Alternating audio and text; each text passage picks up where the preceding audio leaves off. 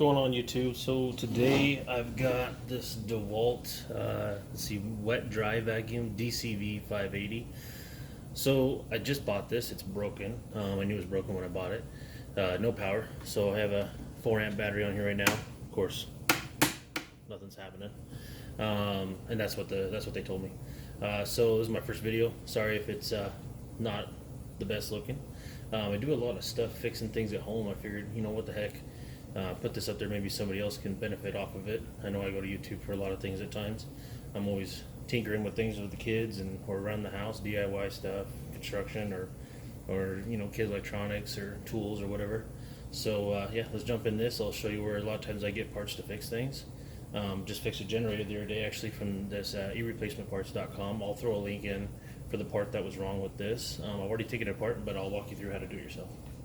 So, of course, just take the 2 tabs off here. This is the tub, and actually you can see this thing's like brand new, the one that I bought. I don't know what happened to it or how they came across it to be a problem, but hey, it works out for me. So the first thing is you got 6 screws. So the first 6 screws you're going to have right along here on this outside edge, and there's one a little bit deeper right there. There's one right here. You don't need to take that last one out. That's just going to hold on this bracket area here. So I've already taken out a lot of those screws, so I just got one more to take out. Instead of having to deal with all the fast forwarding of these videos, I figured I'll just leave one screw in there, make it a little bit easier. I know I always like to click the ones that are a little bit quicker. Okay, so you'll take that off and this whole unit pops out. This is actually really simple to take down. So when you take this down, just be careful. All the wires are already exposed now. So here's everything. Alright, so I'll show you a few tricks. I mean, a lot of times if you just look through what you're looking at, you might be able to bypass a few things to try to diagnose what the problem is. So obviously I have a battery in here. Be careful, you know, if you're using this. Disclaimer, I'm not an electrician. You burn your house down, that's your deal. Make sure you're safe when you're doing this stuff, you're tinkering with things. But I'll show you one thing that I looked at here. So I got the battery installed, so there is power going to the unit, it's just not transferring to the motor, obviously. Now, one way you can test this though, to see is it a problem with the battery unit where it connects, or is it a problem with the relay switch? So you can always look at ways, is there something I can do to bypass that? I wouldn't recommend always opening up all the wires and trying to solder stuff together until you really know, or if you know how to do that. So one of the first things I'll show you right here, so if you look at this little wire here, this one is actually opened up with a fuse. It's already cut this open. There's like this shrink wrapped or heat wrapped piece of rubber material over the top of this to keep it safe. So I just used a razor blade to take that out. Be careful with the razor blade, I already cut myself. So I wanted to take that off to show you. So a lot of times these things go bad. This one's a little more heavy duty. See if I can get a little bit closer in there so you can see it. So it's actually soldered in right there. Soldered in right there. Let's see if we can focus that. And then you got a little wire in between here. So if this was to go bad, if you know how to solder and could find the same fuse, you could do that. But I bought this same part for a few bucks, just because, even though mine wasn't bad, just because I cut this thing open instead of wrapping it up with electrical tape. I like to do it right, so I just went ahead and just bought another one that was already shrink wrapped in a process I can't do. Okay, so what I'm going to look at here, you got connections coming out from the battery here, going to the relay switch. So obviously, if the battery connection is good here, and you don't go to the switch, we can see if it's the problem with the switch or at the board. Because if we go straight from the battery to the motor, it turns on. Your problem is one of these two. You can always put up voltmeters or test lights to these areas and see where you get power in and not out. Of course, red is going to be power in, black is going to be grounded. Also, though, the same thing, red in this brown color is still going to be positive. So again, if you got power here but no power here or here, where it's coming out to the machine or to the board, obviously your problem's in the switch. If you've got power to the board but not to the motor, your problem's with the board. But one quick way to do it, instead of running all the voltmeters, which I know a lot of people get confused with, just bypass everything. So let's do that now. So we want to keep this grounded. So I have a ground wire coming out of the battery as well. That's this black wire. If you're going to pull these out, definitely pull from the top here where it's crimped together at the top of these connections, don't be pulling down here because you might rip the actual post out of the motherboard, out of that it's called a PCB, so it's a printed circuit board. You can rip those apart. So I'm gonna take these out real quick. So here's the ground. So that's your ground wire, black wire. So our red wire isn't at the board first, it goes to the switch first. So I'm gonna take that out.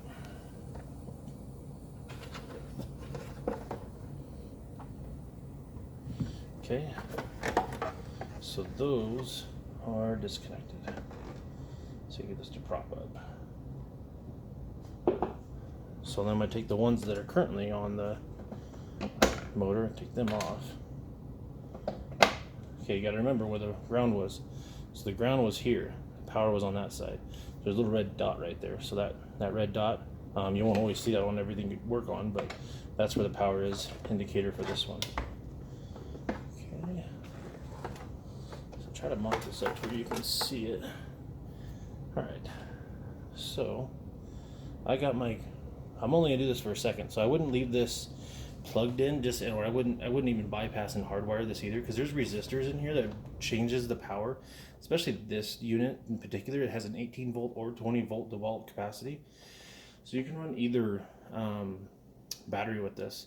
So definitely if you bypass everything and just go straight hardwire to it, one, you don't have a fuse. Even if you added a fuse in it, it'd probably just pop all the time because there's too much power. So it needs to be changed up, and that's what those circuit boards are for. So some things you can do that stuff, but if you don't know what you're doing, I wouldn't try it.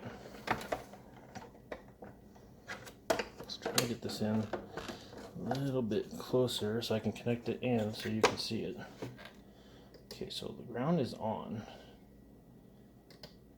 Well, no. Okay, there's a ground wire. So let's touch this. Again, the battery's hooked up. There you go. Oh, that works. So you can see that again. Okay. So now that I know all that, I'm going to take this battery off. It's heavy on the machine as I'm trying to use it. So I already did that earlier. Of course, I knew what was wrong with it. Let me show you what I found though. So obviously the problem was with the switch or the motherboard. I decided to look at the motherboard first because that's a little bit easier. So let's take that off real quick and I'll show you what I found. I don't know if this was due to water damage and it short-circuited, or if it just blew up, or somebody put a water damaged battery on here, or because that would cause issues as well, cross bridging of electricity. All right, so let's get in a little bit closer here. If you see that little baby, that little number right there, that thing is toast. So if you had water damage, and I used to fix electronics, Apple electronics all the time, seeing a lot of water damage, you can fix water damage pretty easily. It always drives me nuts, people talking about putting their phone in rice. That crap does not work. If you put it in rice, your phone in rice, and it starts fixing, it's just because it dried out itself and it wasn't that bad. So if you had oxidation, all the lead deposits, nickel deposits, things like that, that's in hard water, it'll turn white. Kind of like when your battery oxidizes on your car. If you take, I know you hear put Coca-Cola on your car battery. Don't put that on here, it'll make it sticky, make things worse. You have to have 70% or more isopropyl alcohol. So just any kind of alcohol. Does not have to be non-acetone, just regular alcohol. It has to be 70% or more, so it doesn't have too much water content.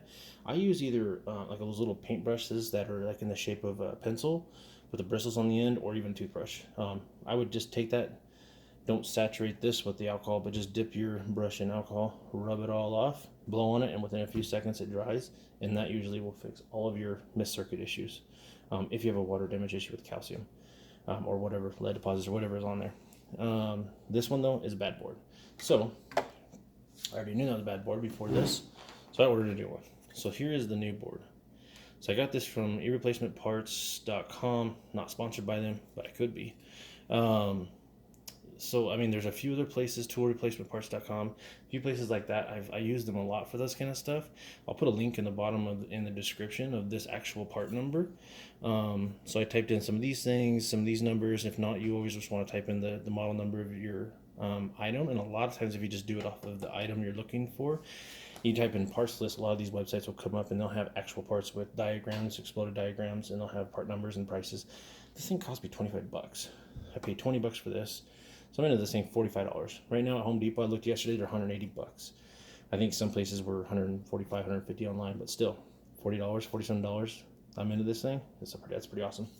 So I wanted one anyways. I'm going to do some drywall work in the house, and I wanted a portable vacuum that I could take in and out of areas. So I'm going to go ahead and kind of go off camera for a second, switch that board over into here so you can see that. Move this out of the way. And I will hook this board back up.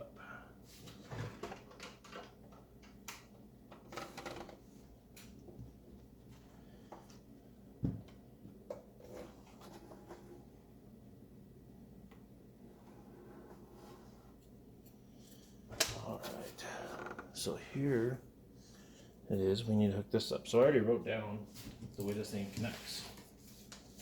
So let's start connecting it up.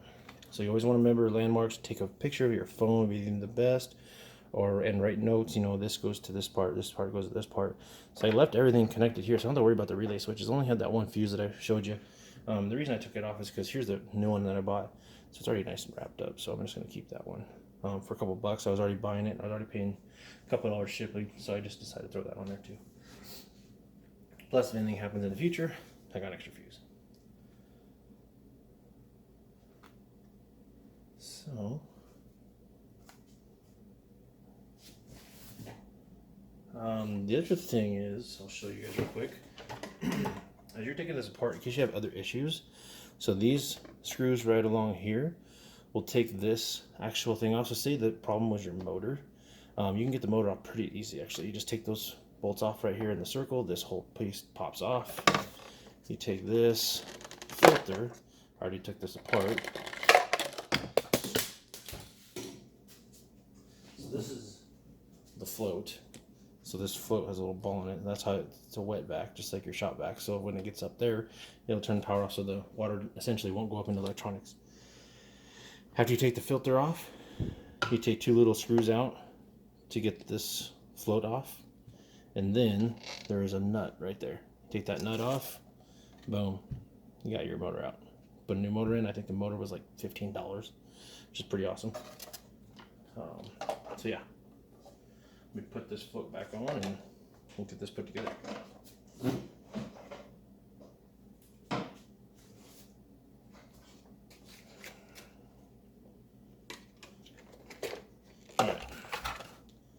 Float is back on.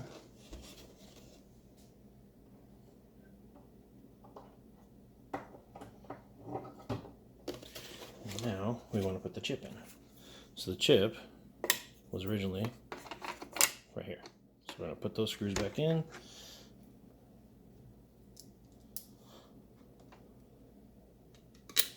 So since I wanted to show you the actual part that I got and what was wrong with it, I wasn't able to have these in, so bear with me. Put these in real quick. Maybe I'll figure out how to fast forward this part.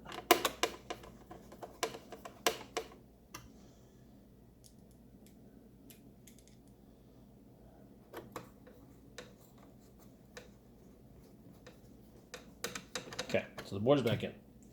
So now we want to reconnect everything. So if you didn't write it down or take a picture of your board, I will show you how to put that back together. So everything's kind of a short fit. So your first one is this blue wire here. So the blue wire is going to go connection right here. Now when you put these on, it doesn't matter what side it goes on to, as long as everything reaches and you have a little pop or snap that when it goes in there. Okay, so the next one was the brown wire coming out of your battery, which is this one. So the first blue one is the only blue one that comes out of the battery. The next brown one goes down here, pops in right there. Okay, and then just reading my notes here. So out of the switch underneath number 5. So number 5 is your number 5 right here on the relay switch. There's a red one, I think it's a 1 underneath there, but underneath the 5 is this first one to the bottom left. So that red wire is going to be our next one. And that one is going to connect right here. So first we had the blue on the very outside from the battery connection. From the battery connection to the first brown one, right here below these little capacitors. The next one, underneath the number 5, you have a lower portion of the red one, where it comes from the battery back from the switch into here. That goes in this lower one next to these capacitors. The next one's going to be on the outside there. And that one is going to be your first brown one from number 4 off of the number 4 terminal off of the switch, which is right here. So this brown one hanging right here is going to go right next to that red one. So this is all the stuff that's going to happen when you flip that switch on and off that needs to be in these exact orders. Before you plug this in, make sure that you have everything connected correctly. And if you have something wrong, when you turn it on, you should know. And then you'll have the opportunity to take it apart. Take that battery out, turn it off really fast you can, in case something's wrong. But just take your time. This isn't hard. Okay, so out of this black one here off the motor, so there's 2 connections left. There's one right here in the middle, and there's one here on the outside. This black one's going to go right here on the very outside. So now you have the very outside black. You have these 2 ones coming out of the switch. Last, you have this power wire here. So that going to be the fused one. So the fused one is going to connect here, which is like a smaller one. So you can notice too, that's a little smaller and that's a little smaller. Those 2 match up. Make sure that clips in there right. There we go. Actually, so sorry. This brown one with the fuse is actually going to go to the relay switch. And that is number 5 on top. So these, on the relay switch, you have 2 reds together on the bottom. You have 2 browns on the top. So as you're going through it, just double check with the color coding, make sure everything's right. So when I was saying the black comes down here, the first one's going to be this black one right here.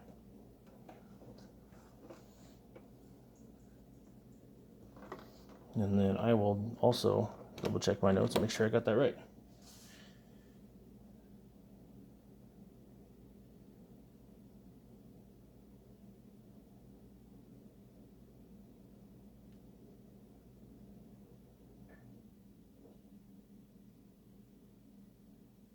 Yep. Okay. So that's everything. And we are ready to put this back together. This bad boy. All right. So we're all connected here. We're all connected here. Everything's tight. Double check. Everything's here. This one. Okay. Oh. About broken this motor. There we go. So I'll probably do this later after I do the video, but this was originally had a zip tie around it. I'll probably clean that up, do the same thing.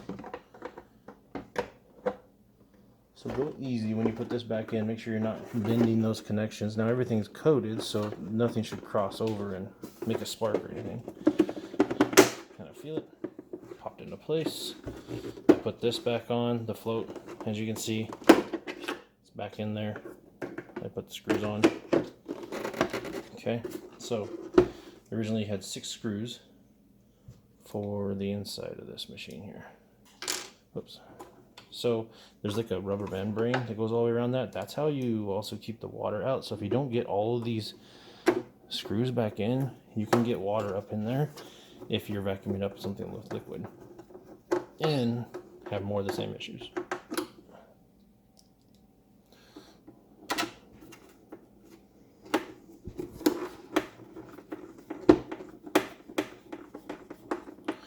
Again, as I edit this video, hopefully I can figure out how to do the fast forwarding thing.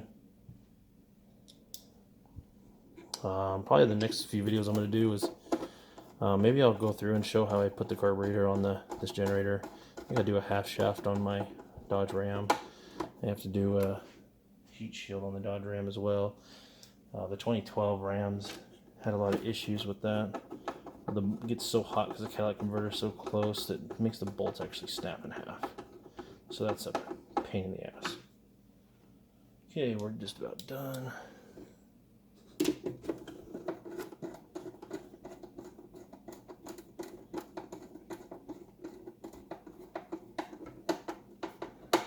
And one more.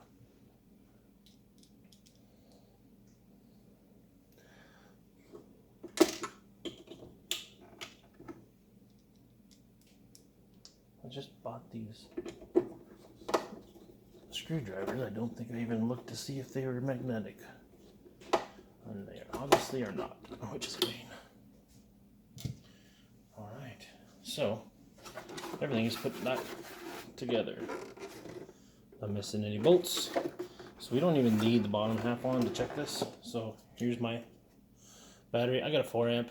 You don't have to have a certain amperage, I don't believe, on this one. I think any amperage battery will work. It has to be just 20 volt, or it has the 18 volt option, which is pretty cool. So the old school ones just push in there, or the new ones slide down. So I think they're starting to see that a lot more with some of the Dewalt stuff. Pop that in, see what we got.